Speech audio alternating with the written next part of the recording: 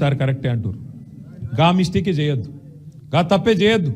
ఎందుకు సార్ ఒక నిర్ణయం తీసుకున్నాడు కేసీఆర్ అంటే, ఇప్పుడు మీ ఎమ్మెల్యే గారిని మార్చిండు.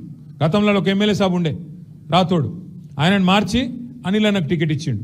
ఆడ సక్కు గారు ఉండే ఆసిఫాబాద్లో, ఆయనను మార్చి ఆడ లక్ష్మక్కకు టికెట్ ఇచ్చిండు. సార్ ఏదైనా నిర్ణయం తీసుకున్నంటే ఆలోచించే తీసుకుంటాడు, ఉత్తగానే తీసుకోడు కదా. ఆయనకు ఒకళ్ళ మీద కోపం, ఒకళ్ళ మీద ప్రేమ ఉంటుంది. అందరూ ఆయన పిల్లలే. కాకపోతే ఎవరు గెలుస్తారు, ఎవరు ఓడిపోతారు, పరిస్థితి ఏమిటిది. ఇక్కడ కూడా మార్చిండు, ఖానాపూర్లో కూడా మార్చి టికెట్ ఇచ్చిండు. ఓ 2 గెలిచినాం, ఒకటి దగ్గరకు వచ్చి పోయింది. అంటే సార్ ఏ నిర్ణయం తీసుకున్నా దాని వెనుక ఒక ఆలోచన ఉంటుంది, ఒక సూత్రం ఉంటుంది. మన రాష్ట్రం మంచి, మన పార్టీ మంచి ఉంటుంది తప్ప వేరేది ఉండదు.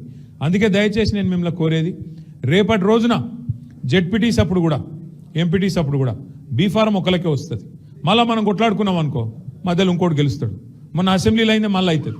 అట్లా కాకుండా రేపు అనిల్ అన్న కూడా మీ నియోజకవర్గానికి తండ్రి లాంటి ఆయన, పెద్ద మనిషి ఆయన మీ నియోజకవర్గానికి. కాబట్టి రేపు అనిల్ జాదవ్ గారు 10 మండలాల్లో జెడ్పీటీసీలు కానీ ఎంపీటీసీలు కానీ కారు గుర్తు మీద ఎవరు వచ్చినా ఆడ నిలబడ్డది కేసీఆర్ అనుకోవాలి, అనిల్ జాదవ్ అనుకోవాలి, గుద్దిడిచిపెట్టాలి అంతే.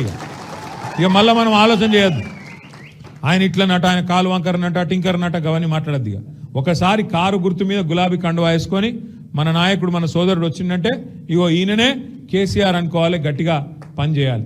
అది గల్లీ ఎలక్షన్ అయినా ఢిల్లీ ఎలక్షన్ అయినా గట్లే ఉండాలి తప్ప ఇక మనం లెక్కలేదు. ఆ తప్పు జరిగింది, జరిగేయాలి. ఎవరు అవస్థ పడుతున్నారు? అందరికంటే ఎక్కువ అవస్థ పడుతున్నది మనం, గ్రామాల్లో ఉన్న మనం. కేసీఆర్ సార్ మంచిగా రెస్ట్ తీసుకుంటాడు, ఆయనకేమవుతుంది? ఏం కాదు, ఆయన అన్ని చూసిండు జీవితంలో. కేంద్ర మంత్రి అయిండు, ముఖ్యమంత్రి అయిండు, రాష్ట్ర మంత్రి అయిండు, డిప్యూటీ స్పీకర్ అయిండు, ఎమ్మెల్యే అయిండు, ఎంపీ అయిండు, అన్ని చూసిండు కేసీఆర్ సార్. కేసీఆర్ సార్ కొత్తగా చూసేదేం లేదు, అధికారం చూసిండు మొత్తం. ఆయనకేం లేదు బాధ. ఉన్న బాధ ఇవాళ తెలంగాణ ప్రజలకు వచ్చింది. ఏమనుకున్నారు ప్రజలు కూడా? కేసీఆర్ సారే చెప్తుండు కదా, 200 పెన్షన్ 2000 చేసిండు కదా, మనది ధనిక రాష్ట్రం అంటుండు కదా సారు.